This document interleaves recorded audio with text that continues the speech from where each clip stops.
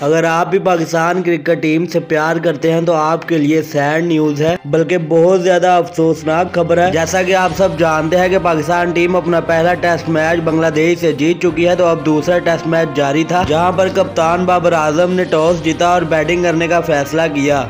आबिद अली और अब्दुल्ला शफीक ने इनिंग्स का आगाज किया, लेकिन दोनों 70 रन पर दोनों खिलाड़ी आउट हो गए, जिसके बाद अजहर अली और कप्तान बाबर आजम ने एक लंबी शराकत कायम की। लेकिन अनफॉर्चुनेटली पहले दिन का खेल 60 ओवर तक ही महदूद हुआ। पहले बारिश की वजह से मैच कुछ देर के लिए रोका गया, लेकिन बाद में स्टार्ट हुआ, चंद ओवर्स हुए और कम रोशनी की वजह से पहले दिन का खेल खत्म कर दिया गया। पहले दिन के खेल के इख्तिताम पर पाकिस्तान के 157 रन पर 2 खिलाड़ी आउट थे। आबिद अली 39 रन बनाकर आउट हुए और अब्दुल्ला शफीक 25 रन बनाकर आउट हुए थे। उसके बाद जब दूसरे दिन का खेल शुरू हुआ तो सिर्फ 6 ओवर्स हुए। उसके बाद बारिश ने अपनी एंट्री करवाई। दूसरे दिन का खेल बारिश की नजर हुआ। दूसरे दिन के खेल के इख्तिताम पर पाकिस्तान के 188 रन से और 2 ही खिलाड़ी आउट थे, और इसके बाद तीसरा दिन भी बारिश की नजर हो गया, यानी एक भी ओवर ना हो सका। बाबर आजम और अजहर अली ने बहुत अच्छी परफॉर्मेंस का मुजाहिरा किया। बाबर आजम 72 रन बनाकर और अजहर अली 52 रन बनाकर मौजूद थे, लेकिन अफसोस के मैच ड्रा की जानिब चला गया। Thanks for watching. मजीद अपडेट के लिए चैनल को सब्सक्राइब करें।